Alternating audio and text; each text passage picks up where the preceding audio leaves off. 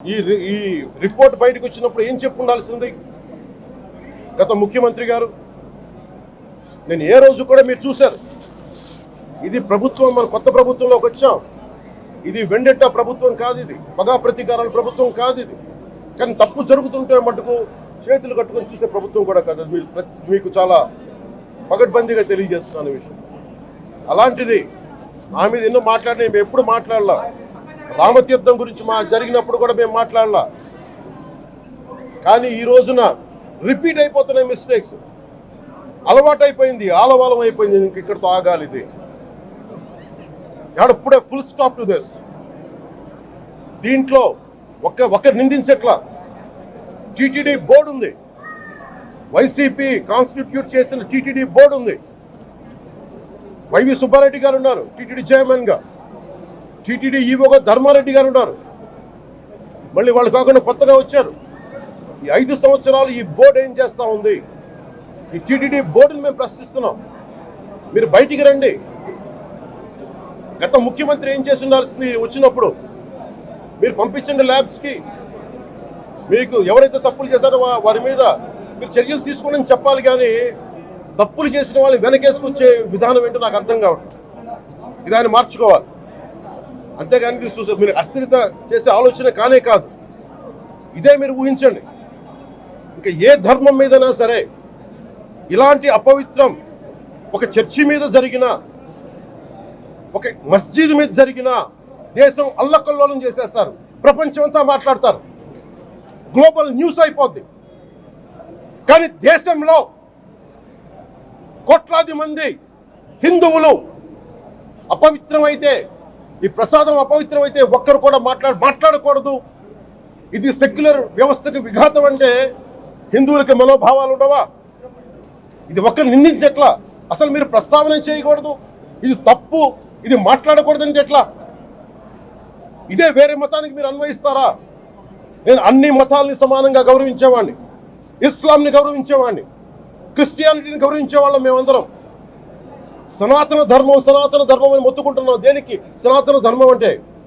సనాతన ధర్మానికి ఒకరు ప్రారంభించింది కాదు. ఇది ఒక వ్యక్తి ఒక కూర్చోబెట్టి ఒకరు స్టార్ట్ చేసింది కాదు. ఇది కొన్ని వేలాది సంవత్సరాలుగా అన్ని మతాలని, అన్ని విశ్వాసాలని అలింగనం చేసుకున్న నేల ఇది. అలాంటి విశ్వాసాలకి దగ్గర తీసుకున్న ఈ నేల మీద ఇలాంటి అపవిత్రం జరిగితే, రిపీటెడ్గా జరిగితే, ఒకసారి కాదు 2 సార్లు కాదు, రిపీటెడ్గా జరిగితే ఇప్పుడు కూడా మాట్లాడకూడదంటే అది తప్పు చేసిన వాళ్ళం అవుతాం. మేము దోషులకి శిక్ష పడాలి. ఫుడ్ అడల్టరేషన్ ఇది మేము కాదంటలా. టీటీడీ బోర్డు బాధ్యత తీసుకోవాలి. పొలిటికల్గా వచ్చి అలంకారప్రాయంగా ఒక్కొక్కళ్ళు వచ్చేసి దర్శనాలకి టికెట్లు ఇవ్వడానికి మీరు బోర్డు మెంబర్స్ అవ్వలేదు. మీరు ఎవరు చైర్మన్ కానీ ఈవో కానీ, మీరు అక్కడ ధర్మాన్ని పరిరక్షించాలి. మీరు అక్కడ మీ ఇష్టాలకి మీరు కూర్చోబెట్టి మీ ఇష్టాలకి కాంట్రాక్ట్లు ఇచ్చుకోవడానికి మీరు టీటీడీ బోర్డుకి మీరు వెళ్ళలేదు. మీరందరూ, మీ అందరికీ బాధ్యత ఉంది. మీరు నిర్ణయించుకోవాలి. ఎవరికి కోపాలు రావు, ఎవరికి వేదన రాదు, ఎవరికి బాధలు రావంటే కుదరదు. వస్తాయి బాధలు, వేదన ఉంది, మాట్లాడతాం. మర్చిపోకండి ఎవరు. గత ముఖ్యమంత్రి గారు కూడా నేను చేస్తా ఉన్నాను, జగన్మోహన్ రెడ్డి గారికి కూడా. ఇదే చర్చికి జరిగితే మీరు ఊరుకుంటారా? ఒక మసీదుకి జరిగితే ఊరుకుంటారా?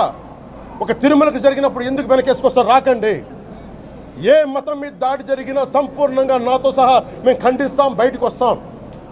ఇస్లాం మీద దాడి జరిగితే మేము మాట్లాడతాం, క్రిస్టియానిటీ మీద దాడి జరిగితే మేము మాట్లాడతాం. హిందూ ధర్మం మీద, సనాతన ధర్మం మీద దాడి జరిగితే కూడా నేను మాట్లాడతాను. ఇది మొదటిసారి కాదు, మేమందరం మాట్లాడతాం. ఇది ప్రాథమిక హక్కు. ఇది పరస్పర విశ్వాసాలను గౌరవించుకోవడం చాలా చాలా అవసరం. ఇది అందరికీ తెలియజేస్తున్నాను. ఇది దోషులకి కఠిన శిక్ష పడాలి. అలాగే ముఖ్యమంత్రి గారికి కూడా నేను తెలియజేసుకున్నాను, చంద్రబాబు నాయుడు గారికి కూడా క్యాబినెట్ మీటింగ్ జరగాలి, అసెంబ్లీలో చర్చ జరగాలి.